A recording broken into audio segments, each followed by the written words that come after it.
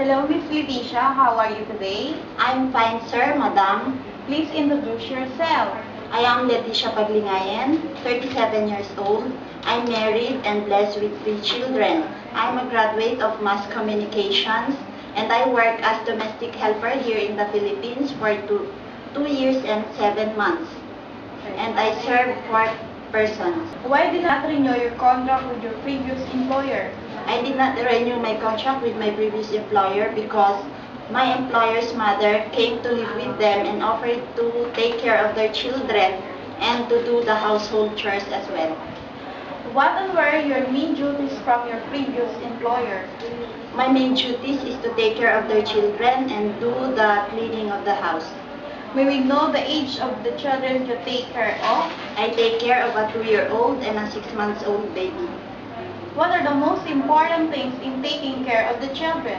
The most important thing is feeding them, bathing them, playing with them, but most especially always keep an eye on them so as to avoid untoward incident.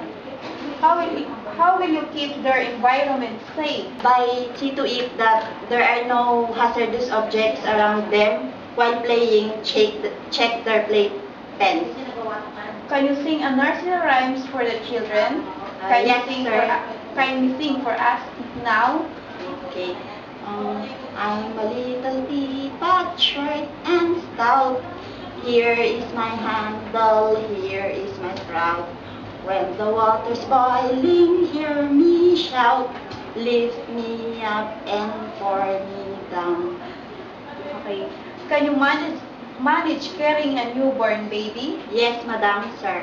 How will you manage your time if you only have the baby left from in the house? Oh, while the baby is asleep, I might as well do the work and as much as possible, put the crib near you while you are doing the work so you can supervise the baby. Are you willing to get up early and sleep late at night to attend the baby's needs?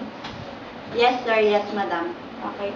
Do you promise to love the babies for your previous employer? Yes, sir. Yes, madam. Are you willing to take your day off, not on Sunday or Saturday?